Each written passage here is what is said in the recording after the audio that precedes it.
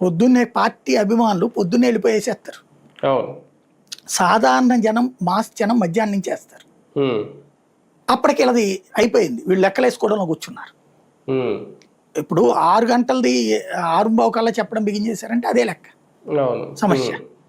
కాబట్టి ఆ రూట్లో ఇప్పుడు గుజరాత్లో లాస్ట్ ఎలక్షన్స్ అప్పుడు, అంతకుముందు ఎలక్షన్స్ నెక్ టు నెక్ జరిగింది. రాహుల్ గాంధీ స్వయంగా కూర్చున్నాడు, ఆమ్ ఆద్మీ పార్టీ కేజ్రీవాల్ స్వయంగా కూర్చున్నాడు గుజరాత్లో.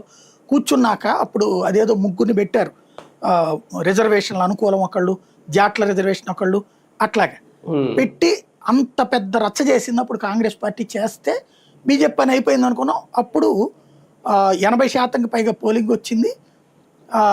కాకపోతే బీజేపీ 98 స్థానాలతో గెలిచింది, 98, 99 అయిపోయింది అనుకున్న టైంలో.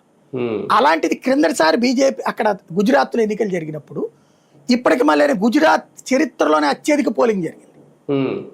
దాంతో అటు కేజ్రీవాల్ కానీ రాహుల్ గాంధీ కానీ అయిపోయింది ఇక మోడీకి అని. అప్పుడే మీరు గుర్తెచ్చుకుంటే తెలుగుదేశం కూడా గుజరాత్లో పోయింది అనుకున్నది బీజేపీ. తీరా చూస్తే 145 సీట్స్ వచ్చింది ఏకంగా. అంత భారీ విజయం సాధించింది. కాబట్టి మమతా బెనర్జీకి అటు కూడా రావచ్చేమో, చెప్పలేము సార్. కానీ పశ్చిమ బెంగాల్లో కొన్ని చోట్ల రీపోలింగ్ జరిగే అవకాశం ఉందా? ఎందుకంటే బీజేపీ కానీ లేదంటే వీళ్ళు సిపిఎం వాళ్ళు ఏదో అక్కడ పేర్ల మీద టేపులు అంటించారు అంటే మమతా వర్గం చేసిన ఆరోపణలు నిన్న ప్రధానంగా ఈసీ కూడా 3 నియోజకవర్గాల్లో 26 బూతుల్లో ఈ జరిగినాయి. వాడు జహంగీర్ అనే ఒక వెధవ, వాడు